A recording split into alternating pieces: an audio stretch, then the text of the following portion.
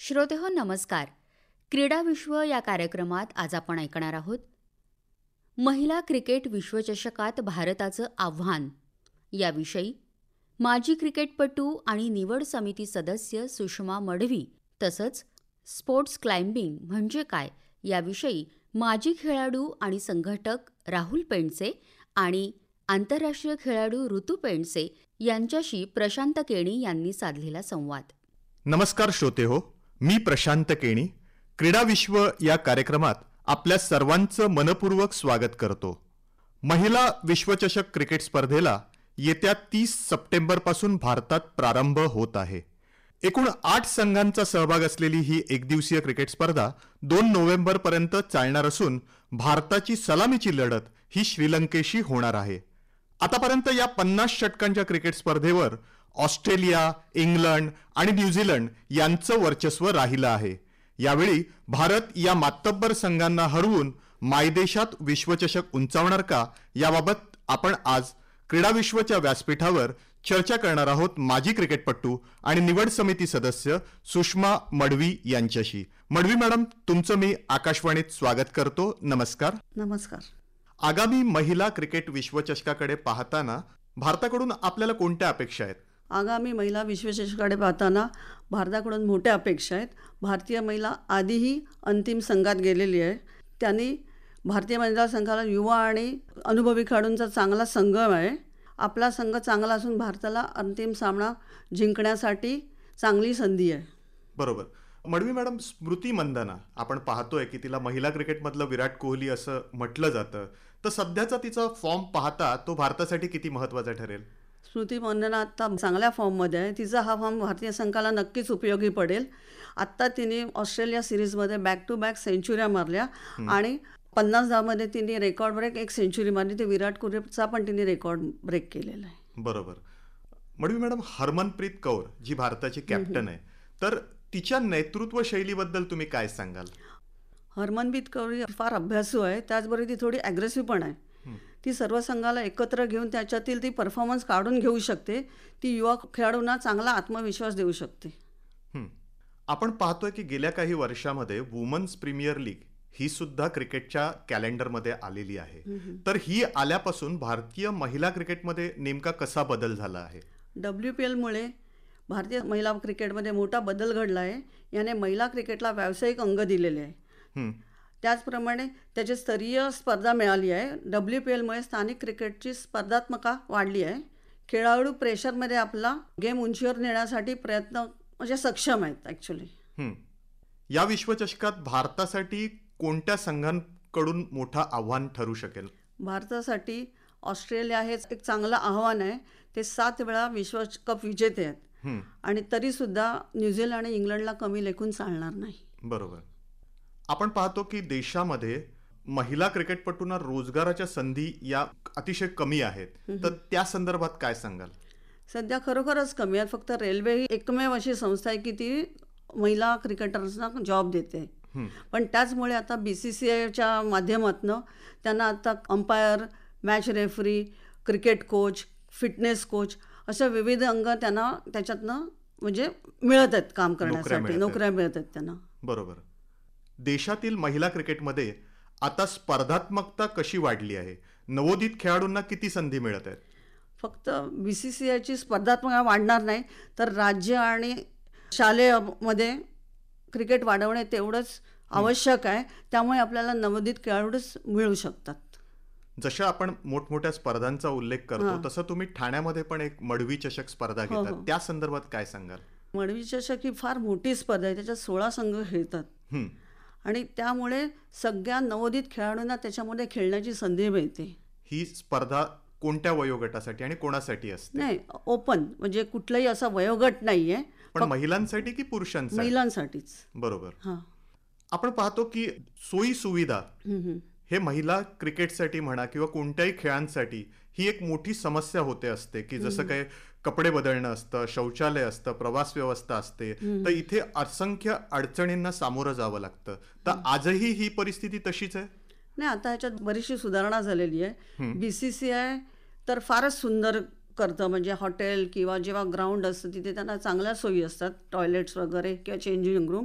मुंबई पण चांगलं करत असते. फक्त मुंबईमध्ये जिमखाना लेवलला चांगलं मिळतं, पण मैदान म्हणजे क्रॉस मैदान आझादमध्ये खेळताना थोडा त्याची वानवा जाणवते. म्हणजे बरोबर. महिला क्रिकेटकडे पाहण्याचा दृष्टिकोन आता गेल्या काही वर्षामध्ये लोकांचा बदलला आहे का? म्हणजे मी 2 उदाहरणं सांगतो. गेल्या काही वर्षामध्ये WPL ही क्रिकेट कॅलेंडरमध्ये आली आहे. त्याच पद्धतीनं 2017मध्ये स्मृती आणि हरमनप्रीत या दोघींनी 2 ऐतिहासिक शतकं झळकावली आणि मोठी भागीदारी सुद्धा रचली होती. तर काय वाटतं या संदर्भात? नक्कीच 2017चा वर्ल्ड कप होता. त्यामध्ये भारत अंतिम फेरीत हरलं, पण अंतिम फेरीत हरून लोकांच्या ज्या अपेक्षा वाढल्या. आम्ही स्वतः तिथे एअरपोर्टला गेलेलो होतो, तर अक्षरशः जशी मुलांचं क्रिकेट जे क्रिकेटर येताना गर्दी होते म्हणजे एअरपोर्टवर, तशी एअरपोर्टवर गर्दी प्लेयर्सना बघण्यासाठी झालेली होती. आणि आता 2023 नंतर तर WPL चालू झाल्यानंतर ट्रिमेंडस त्याला रिस्पॉन्स आहे आणि सगळीकडे म्हणजे, आणि त्याशिवाय स्पेशल व्हॉट्सअप किंवा आपला स्पेशल मीडिया वगैरे, त्यामुळे सगळीकडे त्या मुलींचे सगळे व्हिडिओज येत. त्यामुळे आणि स्टेडियममध्ये सुद्धा आता बरीच गर्दी होत चाललेली आहे. आपण पाहतो की आता विश्वचषक खूप कमी दिवसांवर येऊन ठेपला आहे. भारतीय संघानं कोणती काळजी घ्यायला पाहिजे तर विश्वचषक आपलाच असेल? भारताला विजयी होण्यासाठी संघात सातत्य पाहिजे, मानसिक मजबूती पाहिजे, रणनीती, फिटनेस आणि खेळाडूंनी चांगला समन्वय राखणे गरजेचे आहे. विशेषतः वरिष्ठ आणि तरुण खेळाडूंचे संघटन आणि फॉर्म सुधारणे जरुरी आहे सध्या. बरोबर. मडवी मॅडम, तुम्ही क्रीडा विश्वच्या व्यासपीठावर आलात त्याबद्दल धन्यवाद. धन्यवाद. आता आपण चर्चा करीत होतो माजी क्रिकेटपटू आणि निवड समिती सदस्य सुषमा मडवी यांच्याशी. यानंतर आपण स्पोर्ट क्लाइम्बिंग संघटक आणि माजी खेळाडू राहुल पेंडसे आणि आंतरराष्ट्रीय खेळाडू ऋतू पेंडसे यांच्याशी बातचीत करणार आहोत. पेंडसे सर आणि ऋतू, तुमचं क्रीडा विश्वच्या व्यासपीठावर स्वागत करतो. नमस्कार. नमस्कार. नमस्कार. Rahul Pendse sir, sports climbing म्हणजे नेमकं काय हे आमच्या श्रोत्यांना सर्वात आधी तुम्ही समजावून सांगा. स्पोर्ट्स क्लाइम्बिंगमध्ये मेन म्हणजे काय होतं की पूर्ण तुमचा रूट सेट केलेला असतो आणि नॅचरलमध्ये तुम्हाला स्वतःच्या प्लेसमेंट्स क्लाइम करत करत तुम्हाला त्या प्लेसमेंट करत जाईल, म्हणजे स्वतःची सेफ्टी तुम्हाला कंटिन्यू करत राहायला लागते. पण स्पोर्ट क्लाइम्बिंगमध्ये ऑलरेडी तुमच्या प्लेसमेंट केलेल्या असतात आणि पूर्णपणे सेफ्टीचा विचार करूनच त्या पद्धतीने रूट तो सेट केलेला असतो, म्हणून त्याला ते स्पोर्ट क्लाइम्बिंग असं नाव दिलेलं आहे. बरोबर. पेंडसे सर, स्पोर्ट्स क्लाइम्बिंग हा नेमका क्रीडा प्रकार म्हणायचा की साहसी प्रकार म्हणायचा, हे आमच्या सर्वांच्याच मनामध्ये प्रश्न आहे. मेन तेच आहे की क्रीडा प्रकार आणि साहसी प्रकार हे कन्फ्युजन होतं सगळ्यांचं. तर नॅचरलमध्ये जे क्लाइम्बिंग केलं जातं त्याला साहसी क्रीडा प्रकारात घेतलं जातं. हा साहसी क्रीडा प्रकारात गणला जात नाही, हा स्पर्धात्मक प्रकारात गणला जातो. कारण IFSC जी इंटरनॅशनल फेडरेशन आहे त्यांच्या काही गाईडलाईन्स आहेत, त्यांचे रूल्स आहेत, त्याच्यानुसारच हा खेळ खेळला जातो. क्लाइंबर्स लोकांना रूट ऑब्झर्वेशन हा एक प्रकार दिला जातो आणि जसे जजेस आहेत, रूट सेटर्स आहेत, त्यांनी जो काही डिफाईन केलेला रूट आहे तो त्यांच्या स्पेसिफिक वेळेमध्येच त्यांना तो क्लाइम करायचा आहे आणि ह्या कारणासाठी तो बेसिकली साहसी क्रीडा प्रकारात मोडला जात नाही, तो टोटली कॉम्पिटिटिव्ह लेवलला खेळला जातो. बरोबर. ऋतू, आम्हाला तुझ्याकडनं जाणून घ्यायचं आहे की तू स्पोर्ट्स क्लाइम्बिंगपर्यंत कसा काय पोचलास आणि तुझ्या प्रवासाबद्दल आमच्या श्रोत्यांना तू माहिती दे. माझे वडीलच माझे कोच असल्यामुळे लहानपणापासूनच मला ह्या स्पोर्टचा इंट्रोडक्शन झालं आणि लहानपणापासूनच मला आवडही लागली आणि वयाच्या 6व्या वर्षापासून मी ह्या स्पोर्टमध्ये आहे आणि तेव्हाच 1-2 कॉम्पिटिशन खेळल्यावर मला वाटलं की ह्याच्यामध्येच कॉम्पिटिटिव्ह पुढे कंटिन्यू करायचं आहे. पेंडसे सर, आंतरराष्ट्रीय पातळीवर मोठ्या क्रीडा स्पर्धांमध्ये म्हणजे ऑलिम्पिक्स, स्पोर्ट्स क्लाइम्बिंगमध्येचं नेमकं स्थान काय आहे? क्रीडा स्पर्धामध्ये म्हणजे आता पूर्णपणे स्पोर्ट्समध्ये आल्यामुळे ऑलिम्पिकला क्वालिफिकेशन आल्यामुळे तुमचे वर्ल्ड कप्स आहेत किंवा तुमचे एशियन गेम्स आहेत, ह्या मोठमोठ्या स्पर्धा म्हणजे खूप सारे एशियन गेम्समध्ये आल्यामुळे, ऑलिम्पिकमध्ये आल्यामुळे या खेळाचा दर्जा खूप वाढलेला आहे आणि त्यांच्या क्वालिफिकेशन राऊंडसाठी सुद्धा काही IFSC जी इंटरनॅशनल बॉडी आहे आपली, त्याचे स्पेसिफिकेशन करूनच ती स्पर्धा ऑलिम्पिकला क्वालिफाय केलं जातं आणि भारताला किंवा देशाला रिप्रेझेंट करताना तुमच्या state level, zonal levels, national level ह्याच्यातनं तुमचं रँकिंग काढलं जातं आणि त्याच्यानंतर तुमचं वर्ल्ड कपसाठी सिलेक्शन होतं. सो ह्या स्पर्धात्मक लेवलला खूप पद्धतीने स्टेप्स आहेत सो अशा पद्धतीने त्याचं सिलेक्शन राऊंड्स होतात हं. आणि हा खेळ त्या पद्धतीने खेळला जातो. बरोबर. 2030 मध्ये राष्ट्रकुल क्रीडा स्पर्धा अहमदाबादमध्ये म्हणजे भारताच्या यजमानपदाखाली होणार आहे आणि आपण 2036 मध्ये ऑलिम्पिकसाठी सुद्धा दावेदारी केली आहे. तर स्पोर्ट्स क्लाइम्बिंग त्याचा भाग असेल का? पेंडसे सर, याविषयी काय सांगाल? स्पोर्ट क्लाइम्बिंग तर ऑलरेडी इन्क्लूड आहे आणि त्याच्यासाठी म्हणजे तयारी सगळ्या देशांकडनं चालू आहे, जशी भारतामधनं पण चालू आहे. आणि वेगवेगळ्या ठिकाणी त्याची ट्रेनिंग्स चालू आहेत, त्याचे मॉड्यूल्स वेगवेगळ्या पद्धतीने इंटरनॅशनल कोचेससुद्धा त्याच्यासाठी असाईन केले जात आहेत. काही टीम्स आपल्या बाहेर ट्रेनिंगसाठी जात आहेत आणि आता ते क्वालिफिकेशन राऊंड्स आणि हा म्हणजे ज्या स्ट्रीमलाईन IFSCने दिलेल्या आहेत त्याच्याप्रमाणे ती तयारी चालू आहे ऑलरेडी. ऋतू, 2030ची जर राष्ट्रकुल क्रीडा स्पर्धा ही अहमदाबादमध्ये झाली तर तू नक्की असशील का त्या स्पर्धेमध्ये? आणि तत्पूर्वी आम्हाला त्या स्पर्धेच्या पार्श्वभूमीवर तुझी आतापर्यंत तू मिळवलेलं यश याविषयी पण माहिती सांग. माझी प्रगती अशी आहे की मी झोनल लेवलला 2 गोल्ड मेडल्स, 2 ब्रॉन्झ मेडल्स आणि 2 सिल्वर मेडल मिळवलेली आहेत आणि मी 10 नॅशनल लेवलच्या कॉम्पिटिशनही खेळलो आहे आणि 2016मध्ये नॅशनल लेवलला मला ब्रॉन्झ मेडल आहे. मी 2019मध्ये इटलीमध्ये झालेल्या वर्ल्ड यूथ चॅम्पियनशिपला इंडियाला रिप्रेझेंटही केलेलं आहे. आणि स्पोर्ट क्लाइम्बिंग जेव्हा म्हणजे इकडे होईल आपल्या भारतामध्ये तेव्हा मी नक्कीच प्रयत्न करीन त्याचा एक पार्ट व्हायचा थ्रू म्हणजे जे सिलेक्शन राऊंड्स असतात त्यासाठी ट्रेनिंग वगैरे करून. बरोबर. पेंडसे सर, देशात आणि महाराष्ट्रात स्पोर्ट क्लाइम्बिंगच्या कोणत्या प्रकारच्या स्पर्धा होतात आणि त्या कुठे होतात याविषयी काय सांगाल? आपल्याकडे 3 प्रकारच्या स्पर्धा होतात. एक तुमची स्टेट लेवल आहे, दुसरी तुमची झोनल लेवल आहे आणि नॅशनल लेवल. पण आत्ताची जी स्पोर्ट्स पॉलिसी जी आलेली आहे, सेंट्रल स्पोर्ट्स पॉलिसी, त्याच्यानुसार आता वेगवेगळ्या पद्धतीने म्हणजे डिस्ट्रिक्ट लेवलपासून या सगळ्या स्पर्धांची तयारी चालू होणार आहे आणि त्याच्यातनं ज्या सिलेक्शन राऊंड आहेत त्याप्रमाणे ते प्लेयर्स नॅशनलपर्यंत पोहोचणार आहेत. आणि वेगवेगळ्या ठिकाणी म्हणजे नॉट ओन्ली महाराष्ट्र नाही, तुमच्या बँगलोर आहे, दिल्ली आहे आणि बेसिकली इन्फ्रास्ट्रक्चर वाईज जिथे स्ट्रॉंग चांगले एरियाज आहेत असे म्हणजे जमशेदपूर आहे. आणि तसं महाराष्ट्रामध्ये इन्फ्राला थोडं अजून बळ नाही आहे. आता पुण्यामध्ये वगैरे आहेत पण मुंबईमध्ये तेवढं स्ट्रॉंग इन्फ्रास्ट्रक्चर नाही आहे. पण वेगवेगळ्या ठिकाणी ह्या स्पर्धा भारतात सगळीकडे म्हणजे इवन ओरिसामध्ये सुद्धा ह्या स्पर्धा होत आहेत. पेंडसे सर, मला आणखी तुमच्याकडनं जाणून घ्यायचं आहे की खेळाडूंना प्रशिक्षण आणि स्पर्धांदरम्यान कोणती कोणती आव्हानं समोर असतात? खेळाडूंचं प्रशिक्षण म्हणजे पहिला सगळ्यात मोठा पार्ट आहे की इंटरनॅशनल स्टँडर्डचं तुम्हाला इन्फ्रास्ट्रक्चर पाहिजे. आणि आपल्याकडे ह्या खेळाचा तेवढा अवेअरनेस, ही कॉम्पिटिशन आपल्याकडे 1996पासून चालू झाल्या. म्हणजे मी स्वतः खेळाडू होतो, मी 7 नॅशनल खेळलो आहे आणि मी 2007 नंतर त्याचे जे ऑफिशियल कोर्सेस, रूट सेटिंग आणि या गोष्टीमध्ये होतो. पण इन्फ्रास्ट्रक्चर वाईज आणि अवेअरनेस वाईज अजून तेवढी लोकांपर्यंत हा खेळ पोचलेला नाही आहे.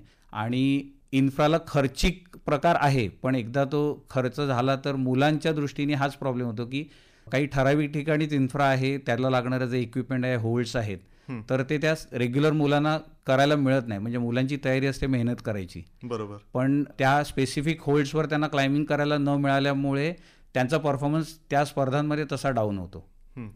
तर ती मुलांसमोर सगळ्यात मोठं आव्हान ते आहे. आणि स्पॉन्सरर्स म्हणजे मुलांना स्वतःचा अभ्यास आणि ह्या सगळ्या गोष्टीतनं वेळ काढून स्पॉन्सरर्स मिळणं हा खूप प्रॉब्लेम आहे, कारण अवेअरनेस नाही तेवढा.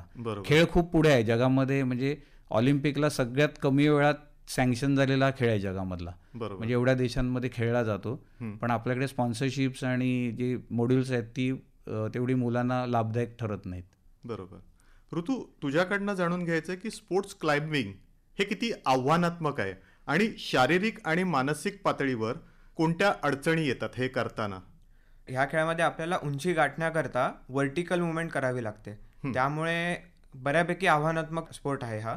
आणि फिजिकल आणि मेंटल ह्या 2 गोष्टी जशा दुसऱ्या खेळांमध्ये लागतात तशाच ह्या खेळामध्येही लागतात. पण फरक असा आहे की मेंटल असं गरज लागतात की तुम्हाला एकच चान्स मिळतो ह्याच्यामध्ये पार्टिसिपेट करायला, बरोबर. सो एकदा तुम्ही जर पडलात वरनं तर मग तुमचा चान्स संपतो.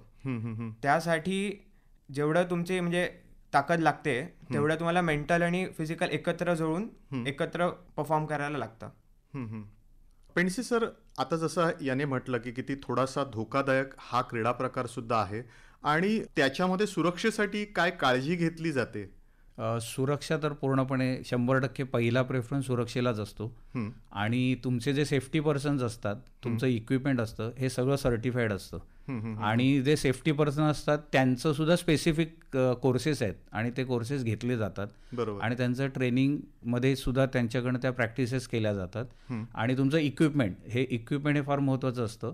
तुमच्या प्लेसमेंट जरी केलेल्या असतील तरी त्या स्पेसिफिक पद्धतीने केल्यात की नाही केल्यात, तर त्याच्यासाठी तुमचे रूट सेटर्स आहेत, तुमचे बिलेअर्स असतात, तर ते रूट लावताना सुद्धा त्या पद्धतीचा पूर्ण आढावा घेतल्याशिवाय स्पर्धा चालूच होत नाही. बरोबर. आणि पूर्णपणे म्हणजे सगळ्या खेळांमध्ये हे अपघात होतच असतात, 1% अपघात, पण ह्याच्यात सगळ्यांचा प्रयत्न असतो की 0 इंजुरीज आणि अशा पद्धतीने हा खेळ व्हावा. आणि रूट्स पण तसे स्पेसिफाय करून डिझाईन केले जातात. बरोबर. ऋतू, आम्हाला तुझ्याकडनं जाणून घ्यायचं की तू सध्या काय शिकतोयस आणि अभ्यास आणि खेळ याचा कशा रीतीने तू समतोल साधतोस?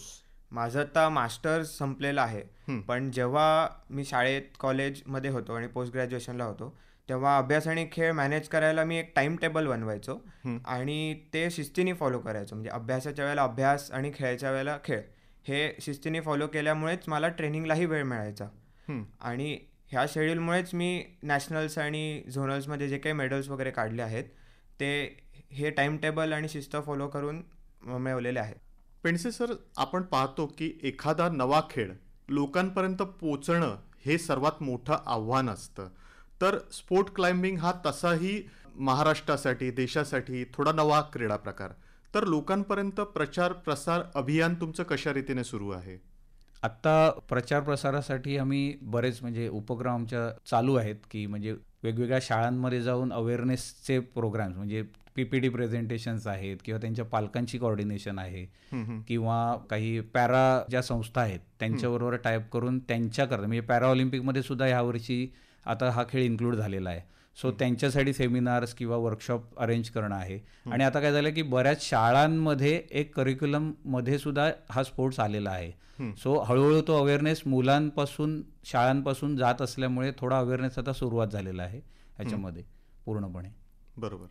ऋतू, या खेळामुळे तुझ्या आयुष्यामध्ये काय बदल झालाय? नेमकं काय शिकलास या खेळामुळे? सगळ्यात मेन म्हणजे आत्मविश्वास, निर्णय क्षमता, चिकाटी आणि पॉझिटिव्ह थिंकिंग, ह्या गोष्टी नीट शिकलो आहे या खेळामुळे मी. आणि ह्या सगळ्या गोष्टी माझ्या आयुष्यामध्ये शिकल्यामुळे माझ्या अभ्यासात आणि बाकी इतर ॲस्पेक्टमध्येही खूप फायदा झालेला आहे. पेंडसे सर, मला सांगा, पालकांना या खेळाविषयीची माहिती देण्यासाठी आणि मुलांनी या खेळाकडे येण्यासाठी कोणत्या अडचणींना तुम्हाला सामोरं जावं लागतं त्यांना खेळ पटवून देताना? पहिलं म्हणजे सेफ्टी, कारण हल्लीची जी मुलं आहेत ती खूप कम्फर्ट झोनमध्ये असतात, सगळ्यात महत्त्वाचा पार्ट. आणि एक ॲडव्हेंचर, म्हणजे लोकांच्या मनात काय थ्रिल, ॲडव्हेंचर अशाच पद्धतीने हा खेळ आहे अजून पण. तर त्याच्यातनं लोकांना बाहेर काढणं हे थोडं कठीण आहे.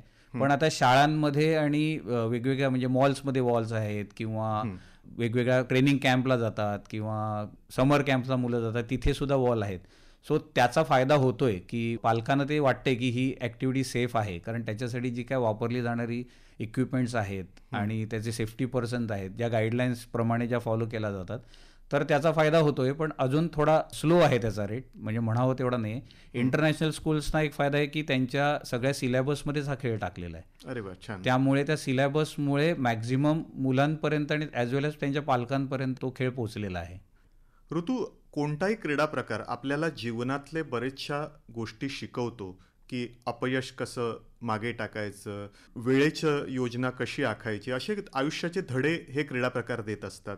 तर तू स्पोर्ट क्लाइम्बिंगकडून कोणता धडा शिकलास? सगळ्यात आधी कोणतंही अपयश येतं तेव्हा त्याची जबाबदारी स्वतःहून घेणे आणि त्यावर विचार करणे की कशामुळे आलं बरं, म्हणजे नक्की कुठे चुकलो मी, किंवा काय काय चांगलं केलं हे बघणं इम्पॉर्टंट आहे. हे मी स्पोर्ट क्लाइम्बिंगकडनं शिकलो आहे सगळ्यात जास्ती. आणि मग त्या गोष्टींवर काम करणं आणि त्यावर जास्ती विचार न करणं, हे गोष्ट ही खूप गरजेची आहे. पेंडसे सर, पुढील काही वर्षात भारतात स्पोर्ट क्लाइम्बिंगच्या वाढीसंदर्भात काय योजना आहेत? मेनली आता मुंबईसारख्या सिटीमध्ये बघायला गेलं तर पहिली एक इंटरनॅशनल स्टँडर्ड टॉप ग्रेडची वॉल बनणं फार इम्पॉर्टंट, आणि त्याच्यासाठी प्रयत्न चालू आहेत ऑलरेडी. आणि कॉम्पिटेटिव्ह लेवलला म्हणजे सगळ्या स्तरातनं मुलांनी खेळ खेळावे, म्हणजे अगदी गरीबपासनं ते श्रीमंतांपर्यंत ह्या सगळ्यांना त्याची फॅसिलिटी इझिली उपलब्ध व्हावी. कारण 2019 मध्ये महाराष्ट्र शासनाचा शिवछत्रपती पुरस्कार चालू झाला ह्या खेळाकरता, जे सँक्शन झालं. त्याच्यात मुंबईतल्याच माझ्या स्टुडंटला पहिला शिवछत्रपती अवॉर्ड मिळालेला आहे. नाव तिचं सिद्धी मणेरीकर आहे आणि ती आरे कॉलनीमध्ये राहते. आणि अशा वयोगटातनं ती आलेली आहे की त्या वयोगटातनं पुढची मुलं तयार होतील, हे मेन उद्दिष्ट आहे की 6 ते 8 वयोगटापासून पुढे. सो ते फार इम्पॉर्टंट आहे. बरोबर. ऋतू, भविष्यातील तुझं उद्दिष्ट काय आहे राष्ट्रीय आंतरराष्ट्रीय पातळीवरचं? सो मला आपल्या देशाला वर्ल्ड कप्समध्ये रिप्रेझेंट करायचं आहे आणि ऑलिम्पिकमध्येही रिप्रेझेंट करायची इच्छा आहे म्हणजे. आणि स्पोर्ट क्लाइम्बिंगला आपल्या देशामध्ये वाढवायचंही आहे आणि अजून ॲथलीट्स पण घडवायचे आहेत. श्रोते हो, आता आपण स्पोर्ट्स क्लाइम्बिंग याविषयी माहिती घेत होतो. राहुल पेंडसे सर आणि ऋतू पेंडसे, तुम्ही क्रीडा विश्वच्या व्यासपीठावर आलात आणि आम्हाला स्पोर्ट्स क्लाइम्बिंग याविषयी माहिती दिलीत, त्याबद्दल धन्यवाद. धन्यवाद. धन्यवाद. आता आपण आढावा घेणार आहोत आठवड्याभरातील महत्त्वाच्या घडामोडींचा. ऑस्ट्रेलियाविरुद्ध झालेल्या 3 एकदिवसीय सामन्यांच्या मालिकेत भारतीय महिला संघानं 1-2 अशी हार पत्करली. तिसऱ्या सामन्यात ऑस्ट्रेलियानं 412 धावांचा डोंगर उभारला. या धावसंख्येचा पाठलाग करताना भारताचा डाव 369 धावात संपुष्टात आला. भारताकडून स्मृती मंदानानं 125 धावांची शतकी खेळी साकारली. एकदिवसीय प्रकारातील महिला विश्वचषक क्रिकेट स्पर्धेला 30 सप्टेंबरपासून सुरुवात होत असून स्पर्धेचा साखळी टप्पा राऊंड रॉबिन पद्धतीनं होणार आहे. या स्पर्धेत भारत पाकिस्तान हा सामना 5 ऑक्टोबरला रंगणार आहे. सात्विक साईराज रंकीरेड्डी आणि चिराग शेट्टी या भारतीय बॅडमिंटन जोडीला चीन मास्टर्स बॅडमिंटन स्पर्धेत उपविजेतेपदावर समाधान मानावं लागलं. रविवारी झालेल्या अंतिम सामन्यात कोरियाच्या किम वोन हो आणि सिओ सेईंग जेई जोडीनं 21-19, 21-15 असं पराभूत केलं. श्रोते हो, याचबरोबर क्रीडाविश्व हा कार्यक्रम समाप्त करायची मला अनुमती द्या. पुन्हा आपण भेटू पुढील क्रीडाविश्व कार्यक्रमात. तोपर्यंत प्रशांत केणीचा नमस्कार. श्रोते हो, क्रीडा विश्व या कार्यक्रमात महिला क्रिकेट विश्वचषकात भारताचं आव्हान याविषयी माजी क्रिकेटपटू आणि निवड समिती सदस्य सुषमा मढवी आणि स्पोर्ट्स क्लाइम्बिंग म्हणजे काय याविषयी माजी खेळाडू आणि संघटक राहुल पेंडसे तसंच आंतरराष्ट्रीय खेळाडू ऋतू पेंडसे यांच्याशी प्रशांत केणी यांनी साधलेला संवाद आत्ताच आपण ऐकला. बरे ते श्रोते हो, पुन्हा भेटूया पुढच्या कार्यक्रमात. तोपर्यंत नमस्कार. कार्यक्रमासाठी निर्मिती सहाय्य केलं होतं प्रतिभा बोढारे यांनी आणि कार्यक्रमाचे सादर करते होते विवेक वानखडे. ही आकाशवाणी मुंबई केंद्राची निर्मिती होती.